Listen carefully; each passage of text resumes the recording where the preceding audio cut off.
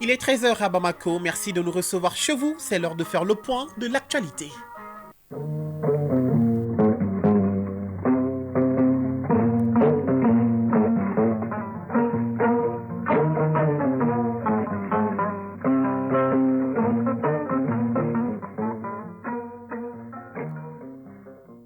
Le journal Moussa Papa Aïdara. Dans les minutes qui suivent, le compte-rendu de la rencontre du Premier ministre avec une délégation du groupe intergouvernemental d'action contre le blanchiment d'argent en Afrique de l'Ouest. L'institution est venue réaffirmer sa volonté de continuer à travailler avec le Mali dans le cadre de la lutte contre le blanchiment d'argent. Les Maliens établis en Algérie, au Maroc et en Tunisie ont pris connaissance hier du contenu du rapport 2023 du Comité indépendant de suivi et évaluation de la mise en œuvre des recommandations des Assises nationales de la refondation, Sincère ANR. Reportage à suivre. Sur la scène étrangère, on fera un tour au Kenya où les partisans et les opposants du vice-président Rigathi Gachagua se sont affrontés hier lors du forum public sur la destitution du dit vice-président. En Tunisie, des centaines de personnes ont manifesté hier dans la capitale. Elles ont dénoncé l'arrestation par le président Kais Saied de plusieurs candidats opposants à l'élection présidentielle. Et c'est pourquoi les manifestants appellent au boycott de l'élection présidentielle de demain. Et puis le gouvernement haïtien qui a condamné hier l'attaque qui a fait au moins 70 morts, 45 maisons incendiées et 34 véhicules brûlés. Cette attaque a été menée par les gangs au nord-ouest de la capitale. Et en sport, le championnat national 2024 de cyclisme se déroule ce samedi à Tabakoro. Ils sont 78 coureurs pour une distance de 160 km en circuit fermé. Et en ce qui concerne le football, le tirage au sort du CHAN 2025 et les compétitions interclubs de la CAF sont prévues dans la semaine. Mesdames, Messieurs, bonjour et bienvenue à cette édition. Audience à la primature. Le Premier ministre a reçu hier une délégation du groupe intergouvernemental d'action contre le blanchiment d'argent en Afrique de l'Ouest, GIABA, conduite par son directeur général. Cette institution spécialisée de la CEDEAO est venue exprimer sa volonté de continuer à travailler avec le Mali dans le cadre de la lutte contre le blanchiment d'argent à travers la cellule de traitement d'informations financières. Déjà, les résultats obtenus sont reconnus par les deux parties. Presse primature, Mamari Kone et Aliou Touré. Présent à Bamako dans le cadre d'une mission de plaidoyer, le directeur général du GIABA, groupe intergouvernemental d'action contre le blanchiment d'argent en Afrique de l'Ouest, est venu solliciter l'engagement politique des autorités du Mali pour la lutte contre le blanchiment des capitaux et le financement du terrorisme. À travers cette visite, il s'agit aussi de s'assurer de l'implication et de l'appui des autorités du Mali dans la perspective du troisième cycle de l'évaluation mutuelle des pays membres du GIABA. Alucine Sanou, ministre de l'économie et des finances. Le GIABA donc est un organisme intergouvernemental de la CEDEAO, mais qui contient en son sein des pays non membres comme Sao Tomé et Principe et les îles Comores. Le directeur général et son équipe ont bien voulu nous rendre visite après le Burkina et d'ici ils vont partir au Niger. Donc c'est pour appuyer la demande de nos États auprès de la conférence des chefs d'État en décembre. Le chef de la délégation a remercié le gouvernement pour le travail accompli avant d'exprimer la volonté de son institution à accompagner le Mali malgré son retrait de la CEDEAO. Edwin Harit Junior a par ailleurs plaidé pour la mise à disposition de la cellule nationale de traitement des informations financières, CNTIF, de moyens afin de lutter efficacement contre ces fléaux. Nous sommes très satisfaits du travail qui est en train d'être fait par la CNTIF et nous savons que cela est possible grâce à l'appui que le gouvernement accorde à la CNTIF. Féliciter le Mali par rapport au progrès que le pays a réalisé. Il y avait 27 points dans le plan d'action que le Mali devait réaliser. Sur les 27, 25 aujourd'hui sont achevés. Le GIABA va continuer à appuyer le Mali parce que le pays se prépare aussi pour l'évaluation mutuelle qui est prévue en 2027. Après avoir rappelé la vocation panafricaniste du Mali, le Premier ministre a, au nom du président de la transition et du gouvernement, apprécié cette visite du directeur général du GIABA à sa juste valeur. Le GIABA, dont le statut a été adopté au Mali en 2000. Dr Shogel Kokalamaïga a exprimé l'engagement du gouvernement à maintenir les efforts pour sortir durablement de la crise. Lorsque vous dites que sur les 27 mesures, les 25 sont satisfaits et les deux autres peut-être d'ici janvier 2025, nous sommes rassurés. Et je puis vous garantir que notre pays fera le nécessaire pour être à l'heure et faire tout ce qui est nécessaire. Selon le Premier ministre, la lutte contre le terrorisme est un défi existentiel dans la Confédération des États du Sahel. L'horizon est donc bien dégagé entre le GIABA et le gouvernement du Mali. Fin des journées portes ouvertes sur les zones humides. Ces journées organisées par Wetland International qui visaient à attirer l'attention des décideurs politiques pour une meilleure prise en compte des problématiques liées aux zones humides. À l'issue des travaux, les participants ont rédigé un document en 35 points qui retrace les préoccupations des experts sur la gestion des zones humides. Les explications de Mamadou Fane. Au terme des 3 jours de travaux, les participants aux journées portes ouvertes sur les zones humides ont formulé plusieurs recommandations sur la gestion des ressources en eau. Parmi ces recommandations, on note le renforcement des partenariats et le cadre de concertation entre les acteurs de la biodiversité, la mise en place d'un comité de suivi des recommandations issues de ces journées. Karonga Keita, directeur Sahel de Wetland International. Nous nous sommes tous rendus compte et nous sommes convaincus que les zones humides peuvent constituer un pilier sûr pour le développement durable Sahel. Elles constituent une surface minime des pays sahéliens qui sont considérés comme des pays arides, mais ce sont ces pays qui couvrent les plus grandes zones humides de l'Afrique. C'est dans ces zones humides que sont produits les 85% au moins des PIB de tous ces pays sahéliens. Donc, il est évident aujourd'hui que les zones humides sont la nervure vitale des pays sahéliens. Zoumana Fofana, conseiller technique au ministère de l'Environnement, de l'Assainissement et du Développement durable. À l'issue des débats et discussions lors de ces journées portes ouvertes, le département de l'Environnement se réjouit de l'avancée majeure sur l'élaboration du programme cadre qui sera, j'en suis sûr, une réponse à la forte demande de nos communautés dans le contexte politique, sécuritaire et de changement climatique et de l'appel de Bamako. Nous espérons que très rapidement Wetland International au Sahel et ses partenaires avec l'accompagnement des départements concernés sont appelés à conjuguer leurs efforts pour mobiliser les investissements nécessaires à la mise en œuvre des actions prioritaires du programme et la feuille de route de l'appel de Bamako. Les participants ont également rédigé un document en 35 points dénommé Appel de Bamako. Dans cet appel, ils demandent une prise de conscience générale et une prise en compte des problématiques des zones humides dans les politiques de développement. Faisons à présent avec Daouda Koné le point de la rencontre du ministre en charge de la jeunesse et les organisateurs de la conférence de haut niveau sur la jeunesse qui soutiennent la présidence malienne de l'AES. La voix de la jeunesse s'élève pour soutenir la présidence malienne de la Confédération de l'Alliance des États du Sahel. C'est pourquoi des recommandations ont été faites lors de la conférence de haut niveau sur la jeunesse et l'Alliance des États du Sahel. Ce document vient d'être remis au ministre en charge de la jeunesse pour l'acheminer au niveau de la présidence. Alioune Gueye, président du réseau national de la jeunesse du Mali, RENAGEM. Aujourd'hui, le Mali a besoin de la réflexion, de la contribution de chaque fils, de chaque fille.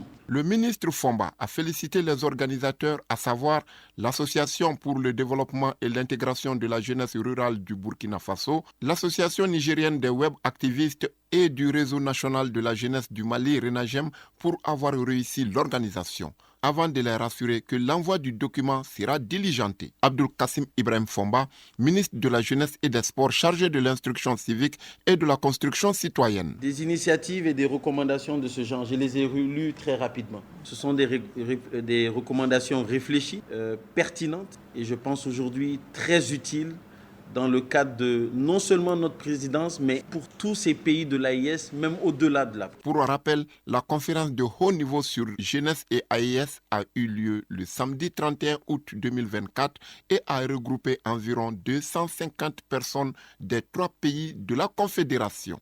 13h10, parlons tout autre chose. 13e édition de la Journée internationale de la fille, célébrée le 11 octobre de chaque année.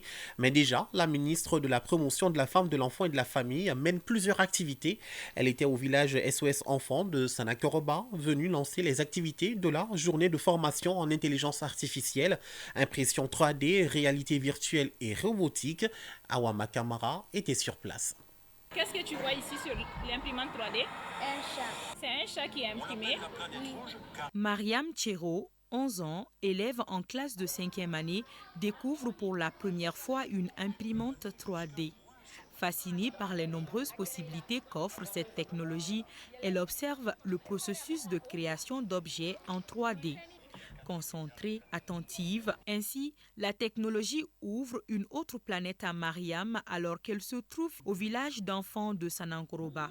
Avec une centaine d'enfants, ils prennent part à une formation de 2 jours en robotique, intelligence artificielle, impression 3D et réalité virtuelle. La dite formation est organisée par Wuminov en partenariat avec le ministère de la Promotion de la Femme, de l'Enfant et de la Famille. L'initiative entre dans le cadre de la célébration de la Journée internationale de la fille, célébrée chaque année le 11 octobre. Rati El-Medi, chef de projet TechSet à Wuminov. À travers cette activité, nous souhaitons sensibiliser l'opinion publique sur l'importance cruciale d'orienter les filles vers les séries scientifiques. Il est de notre devoir collectif de créer un environnement où elles se sentent soutenues et valorisées dans leur quête d'excellence. Adama Sanogo, directeur du village SOS Enfants de Sanangoroba. Fournir aux enfants la base de l'informatique. Nous avons le centre multifonctionnel d'ici à Sanangoroba, le centre informatique de Sanangoroba. Nous avons à Kita un centre de compétences informatiques qui a formé une 60aine de jeunes, des SOS, mais aussi des communautés vulnérables. Ces 2 jours de formation s'inscrivent pleinement dans la vision du gouvernement en matière d'éducation et d'autonomisation des jeunes filles. Dr Koulibaly Mariam Maïga, ministre en charge de la promotion de l'enfant. C'est donc à juste titre que mon département a saisi cette 13e édition pour accompagner 120 enfants âgés de 9 à 17 ans, dont 62 filles et 58 garçons du village d'enfants SOS de Sanangoroba, dans le renforcement d'un droit fondamental qu'est l'éducation. Un moment d'apprentissage qui aura procuré de la joie et de l'espoir chez ces enfants qui en ont tant besoin. Je vous l'annonçais dans les titres, les Maliens établis en Algérie, au Maroc et en Tunisie ont pris connaissance hier du contenu du rapport 2023 du comité indépendant de suivi et évaluation de la mise en œuvre des recommandations des Assises nationales de la refondation. Une restitution tenue en vidéoconférence. Les membres du SNCR-ANR ont rappelé les 5 axes stratégiques des recommandations avant de détailler les actions prioritaires et secondaires. Cette restitution vise à partager avec ces Maliens l'état de mise en œuvre des recommandations des ANR au 31 décembre dernier. Seydou Traoré. Le contenu du rapport 2023 du comité indépendant de suivi et évaluation de la mise en œuvre des recommandations des Assises nationales de la refondation SNCR-ANR n'est plus un secret pour les Maliens établis au Maroc, en Algérie et en Tunisie. Pour être en phase avec ceux restés au pays, le SNCR-ANR a tenu une séance de restitution en vidéoconférence pour le point des recommandations formulées par les Maliens établis à l'extérieur, les actions prioritaires et celles complémentaires. Sidi Mohamed Aguichrach, membre du SNCR-ANR. Lors des assises nationales, les Maliens établis à l'extérieur ont émis une dizaine de recommandations pour améliorer leurs conditions de vie, aussi bien dans les pays où ils sont, mais aussi pour leur permettre de mieux préparer leur retour au pays. Par exemple, les Maliens établis à l'extérieur ont demandé la création d'une banque de la diaspora. Ils ont demandé l'existence d'un guichet foncier au niveau des ambassades pour leur permettre, ceux qui sont industriels, d'avoir un terrain à usage industriel, ceux qui veulent construire une maison, d'avoir un terrain à usage d'habitation, etc. Donc ils sont revenus aujourd'hui sur ces préoccupations, mais aussi sur les questions de santé, de la prise en charge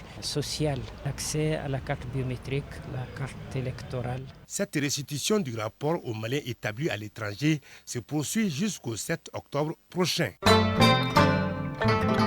Faisons à présent un tour sur la scène internationale. En République démocratique du Congo, le ministre de la Santé Samuel Roger Kamba a annoncé hier que la campagne de vaccination contre le mpox, variole du singe, débute aujourd'hui à Goma, la zone la plus touchée par cette pandémie. L'annonce a été faite lors d'une conférence de presse dans la capitale. Au Tchad, l'ONG Human Rights Watch a appelé hier les autorités tchadiennes à finaliser le processus de compensation des victimes sous le temps de Hissène Habré. C'était suite à la présentation du livre par Ruud Brody, qui a été interpellé mercredi et renvoyé le même jour en France par les autorités du pays. Un livre qui parle sur la demande de justice des 10 victimes. Selon l'ONG Human Rights Watch, seulement moins de 10% ont été accordés par les tribunaux sénégalais et tchadiens. En Tunisie, des centaines de personnes ont manifesté hier dans la capitale. Elles ont dénoncé l'arrestation par le président Kais Saied de plusieurs candidats opposants à l'élection présidentielle. En outre, elles ont dénoncé un processus dénué de garanties démocratiques. C'est pourquoi les manifestants appellent au boycott de l'élection présidentielle de demain. Au Kenya, les partisans et les opposants du vice-président Rigathi Gachagua se sont affrontés hier lors du forum public sur la destitution du dit vice-président. Ce dernier est accusé pour la corruption, la discrimination ethnique, entre autres. Cette décision a été prise et déposée cette semaine au Parlement par l'Alliance au pouvoir. 291 députés ont signé la motion de destitution. Le Sénat devrait examiner à son tour la motion de destitution le mardi prochain et la Haute Cour a fixé la date de l'audience à mercredi prochain. En Libye, la Cour pénale internationale a annoncé hier la levée du mandat d'arrêt sur 6 Libyens. Ils étaient accusés de crimes de guerre entre 2015 et 2020 sur les habitants de Tarouna au sud-est de Tripoli. Selon l'ONG Human Rights Watch, au moins 338 personnes ont disparu pendant le règne de la milice Al-Qani. Nous sommes à présent en Haïti. Le gouvernement haïtien a condamné hier l'attaque qui a fait au moins 70 morts, 45 maisons incendiées et 34 véhicules brûlés. Cette attaque a été menée par les gangs au nord-ouest de la capitale. Aussitôt, les autorités ont déployé des unités spécialisées dans la lutte contre les gangs. Ces unités en sont soutenues par la force multinationale de la police kenyane. Et nous terminons par Maurice. À Maurice, bien sûr, l'Assemblée nationale a été dissoute hier, à travers un décret présidentiel. Suite à cette dissolution, la date des prochaines élections législatives est prévue le 10 novembre prochain. Les candidatures aux législatives devront être déposées avant le 22 octobre prochain. Selon le système électoral, 62 sièges sont élus au suffrage universel direct et 8 autres sont pourvus par nomination.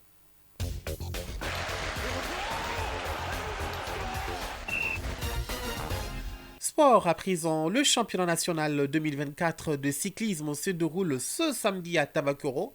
Ils sont 78 coureurs pour une distance de 160 km en circuit fermé. Et en football, le tirage au sort du CHAN 2025 et les compétitions interclubs de la CAF sont prévues dans la semaine. Mais avant, la liste des Aigles du Mali pour les 3e et 4e journées des éliminatoires de la CAN 2025 est attendue ce dimanche. Les éclairages de Famourou Djourté. Le sélectionneur Tom Saint-Fit a pris entièrement les choses en main dans l'équipe nationale du Mali de football. Ce dimanche 6 octobre, lors d'une conférence de presse à 11h GMT, il annoncera sa première liste de joueurs convoqués pour la double confrontation contre la Guinée-Bissau. Il pourrait écarter plusieurs joueurs comme Falaye Sako, Modibo Sagnan, Sikou Niakate, Boubacar Keke Kouyaté, Djadje Samasekou, Kamori Doumbia, Ibrahim Sissoko, Youssouf Niakate, entre autres. Amari Traoré sera absent à raison d'une blessure. En revanche, des joueurs ayant manqué les précédents matchs, tels que Amadou Aïdara, alias Doudou et El Blal Touré, seront disponibles. Le Mali affrontera la Guinée-Bissau le 11 octobre au stade du 26 mars, avant de se déplacer 4 jours après pour la manche retour à Bissau. 2 matchs comptant pour les 3e et 4e journées des éliminatoires de la CAN 2025. Après 2 journées disputées, le Mali et le Mozambique partagent la tête du groupe I avec 4 points chacun. Compétition interclub de la CAF, le tirage au sort des groupes est prévu ce lundi 7 octobre au Caire en Égypte. Pour la première fois, le Mali sera présent sur les 2 tableaux. La Ligue des champions pour le Djoliba AC et la Coupe CAF pour le Stade Malien de Bamako. Le tirage au sort de la phase de groupe de la Coupe de la Confédération de la CAF débutera à 10h GMT. Il sera suivi du tirage au sort de la Ligue des champions à 11h GMT. Le tirage au sort du championnat d'Afrique des nations de football est également en vue. Ce sera mercredi 9 octobre 2024 à 11h GMT, toujours au Caire en Égypte. Le tournoi se déroulera au Kenya, en Ouganda et en Tanzanie du 1er au 28 février 2025. Avant la phase finale, 2 tours de qualification seront organisés selon un système aller-retour. Le premier tour des qualifications se déroulera du 25 au 27 octobre et du 1er au 3 novembre 2024. Le deuxième tour est prévu du 20 au 22 décembre et du 27 au 29 décembre 2024. Selon la CAF, l'organisation du CHAN par le Kenya, l'Ouganda et la Tanzanie offre une chance à ces 3 nations d'améliorer leurs préparatifs avant d'accueillir conjointement la Coupe d'Afrique des Nations 2027. Cyclisme pour terminer, 78 coureurs ont pris le départ ce matin en Tabakoro pour le championnat national 2024. Ils parcourent une distance de 160 km en circuit fermé qui se déroule au logement social de Tabakoro près du rond-point Colonel Assimi Goïta, président de la transition compétition chef de l'État. Le championnat concerne la catégorie élite. Il est placé sous la présidence du ministre en charge des sports Abdul Kassim Ibrahim Fomba. Le ministre Fomba a tenu également ce samedi sa traditionnelle marche citoyenne du premier samedi de chaque mois. Moussa Papa Aïdara a pris un grand plaisir à vous présenter ce journal. Vous l'aurez compris, ainsi s'achève cette édition qui vous a été mise en onde par Alimata Ouattara. Et ce journal, vous pourrez le retrouver sur nos différentes plateformes digitales grâce à la dextérité de Badji Touré, coordination Ousmane Dao, réalisation Adam Maïga. Merci à tous pour votre attention. Batraoré tout de suite pour le journal interrégional. Ensuite, Batraoré cédera sa place à Fousséni Diarra pour les avis et communiqués. Mesdames, Messieurs, n'oubliez surtout pas, garde le sourire, quoi qu'il arrive, et très belle journée à tous, en compagnie des programmes de l'ERTM.